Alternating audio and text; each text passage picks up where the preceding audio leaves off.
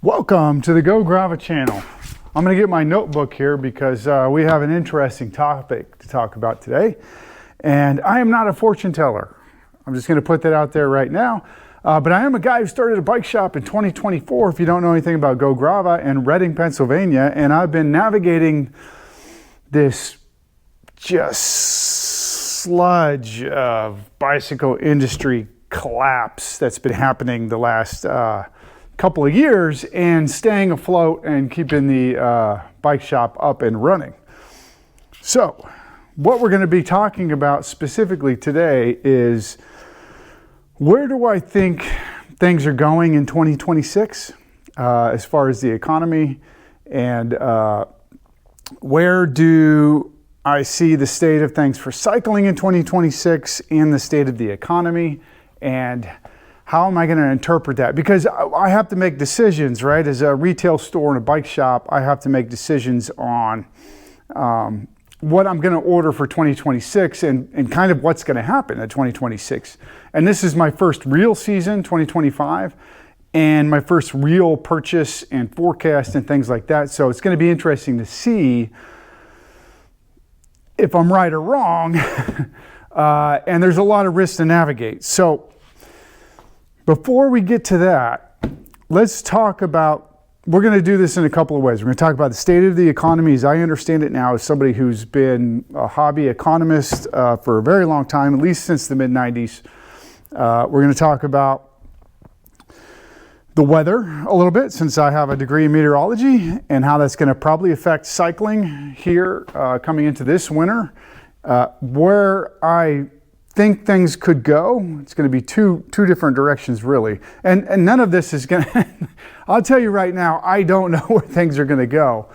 I haven't been able to really predict the economy since the government decided it just wanted to print its way out of any economic troubles. Now let me also make a statement. I am not on either political side of anything. I'm agnostic to all of this stuff. People are going to people whatever position they're elected to. So let's get outside and talk about the current state of the economy. All right, so outside, and I own the retail store Go Grava Bicycles, bike shop in Reading, Pennsylvania, in a plaza, and I rent. Commercial real estate's been out of control for a while now. The cost of commercial real estate, so buying a property is just completely ridiculous. You had to rent. And one of the things that's been going on in 2025 is we pretty much like 3.5 or almost 4x revenue from the first year in 2024. And with that sort of success that we've had in the store, you get a bit cocky.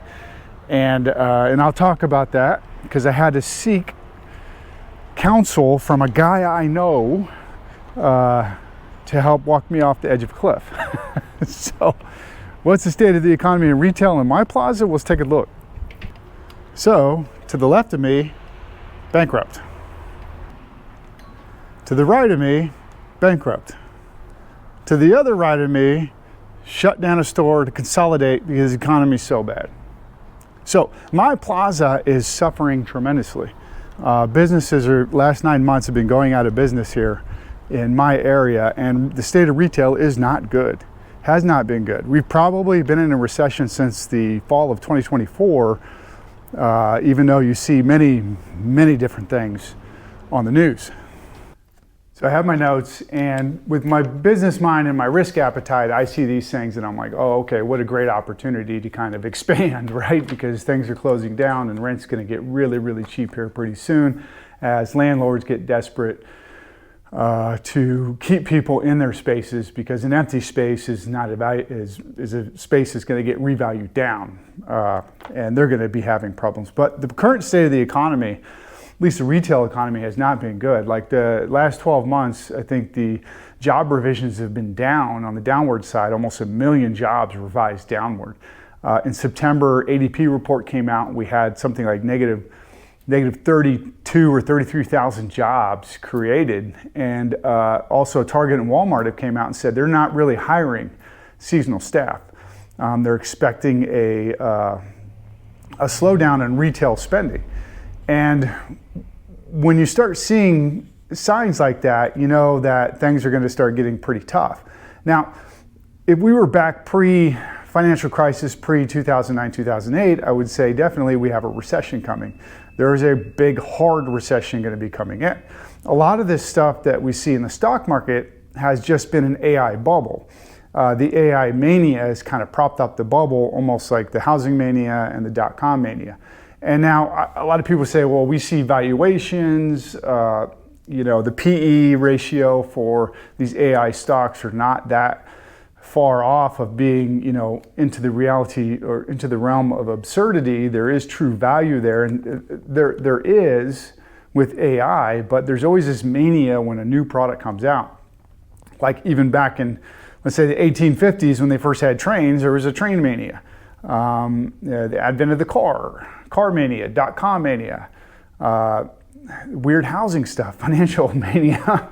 And these things end up correcting in some way, shape, or form. Not to say that AI is not going to be transformational for the global economy and to all of us, but it's hard to see this AI bubble not creating some sort of chaos coming up. And then along with tariffs and the uncertainty that's unfolding for the global economy, because China's economy is doing just as bad as the US economy. But back to the stock market, the stock market is not really an economy. When the stock market's held up by 7 major companies, that's a major red flag. And that's what we have going on. We have these 7 major companies around AI that have this circular investment strategy, like OpenAI, ChatGPT, are owned somewhat by NVIDIA. NVIDIA owns this, TSMC, and there's all these circular partnerships and investment programs where they're just creating money out of thin air.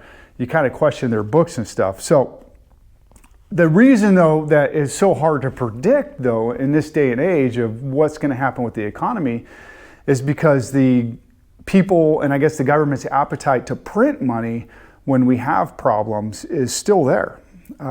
We had a budget crisis in the mid-90s under Clinton, and we had to get to a balanced budget. And then the dot-com bubble came, and if we all remember back in 2004, 2005, like we had major airlines like go under. We had airline pilots that lost their pensions, lifetime pensions and stuff. And then when the financial crisis came, it became acceptable just to bail everybody out. And so it's hard to predict what's going to happen with the economy when there's this government willingness to just print money under debt to prop up the economy instead of letting things kind of wash out and reset. And the longer we put that off and keep doing that, the harder it's going to be on the future. So I don't know, and that's why I can't predict what's going to happen in 2026. That's why it makes it difficult to predict, like what type of bicycle should I buy? Should I expand or not? I mean, if you don't have any confidence in the economy or where things are going to go, I don't have any confidence to grow. That's the position that I'm in. So do we expand with this unknown confidence? Is another interesting question, because 2 things happen. The government, the tariffs continues, the tariffs get worse, and we go into a really bad recession in 2026, and things correct, or as they start to correct, we start seeing cracks in the system, and you start finding out who's doing the shady stuff behind the scenes. We're starting to see that now. You start seeing car companies collapsing. You start seeing airlines talking about going under. You start to see AI mania implode, banks having problems, financial institutions having problems. I mean, we've had this before in 2022, but the government was willing, the Federal Reserve was willing to come in and step in and be a backstop to these banks to keep them from going under. Nobody wants to be the unpopular politician that rights the ship. And I think that's just going to keep continuing, but I don't know, right? Because if the government steps in 2026, when we have these problems, to bail out the farmers, like farmers are not selling soybeans right now. China has boycotted soybean purchases from the United States, and our farmers are completely getting wrecked right now in the Midwest. And so do you get some sort of farm bailout coming this winter and other types of bailouts to keep the economy chugging along until somehow, some way, shape, or form, it gets righted? So what's going to happen is we either have stagflation, which is government printing money, boosting up the economy.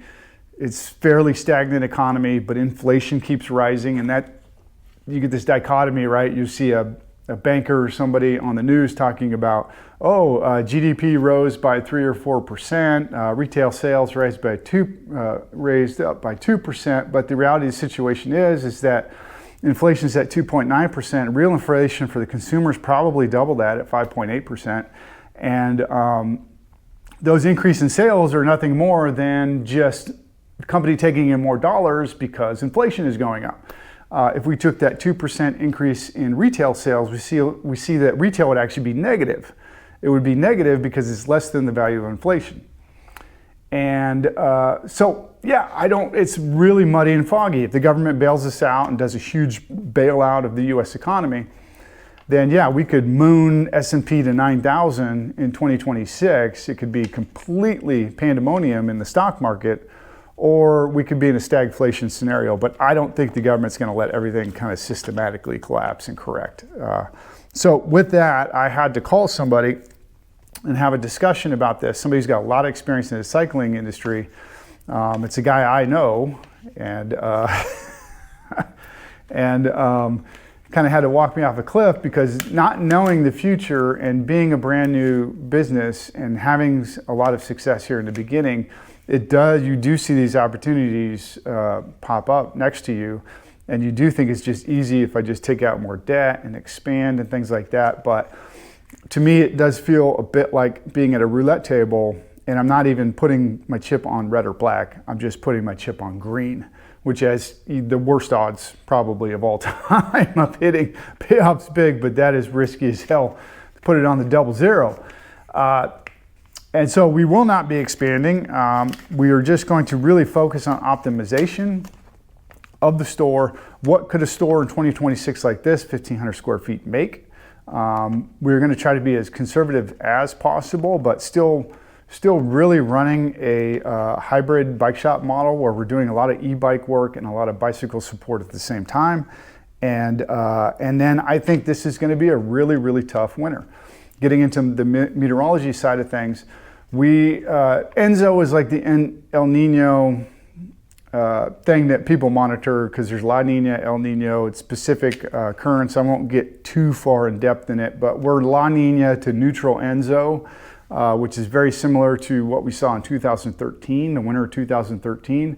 And there's the possibility that the north part of the United States and the Northeast, we see a tremendous amount of cold temperatures and snow this winter. So I need to buckle up and think about how we're going to keep the shop going if we have a really hard winter. And then how do we come out of that and optimize as much as possible when the weather does turn in 2026 and we get flooded with people coming into the store looking for their bicycles or e-bikes fixed. But yeah. That's what we're going to be doing, is we're going to really be focusing on just keeping and maximizing this square footage. I think the road ahead is probably going to see what the commercial real estate market does, maybe in a couple of years after we maximize, 2027, 28, we look for actual commercial property to purchase. That's probably the smarter move than expanding in a retail space where we're forever paying rent. Yeah, we'll see where it goes. I mean, my lease is up, not too far into the future, so I do have to make decisions on that. But yeah, I don't know where the economy is going. It's clear as mud, but I don't have a lot of optimism. I'm not cynical, but I'm pessimistic, which means I still have hope for some things, and we just got to get through this and then see what happens in 2026. Tariffs may go away temporarily. The Supreme Court's ruling on that, so we may see a temporary pause in tariffs, but there's other ways that the current administration can do things to keep that fight going on with tariffs and things. So until we talk again, I got more videos coming out here in the future. We're going to be looking at e-bikes and bicycles, and when we have extra time this winter. If it's going to be cold, then yeah, it's going to be, it's going to have a lot of time to do stuff like this. So talk to you soon.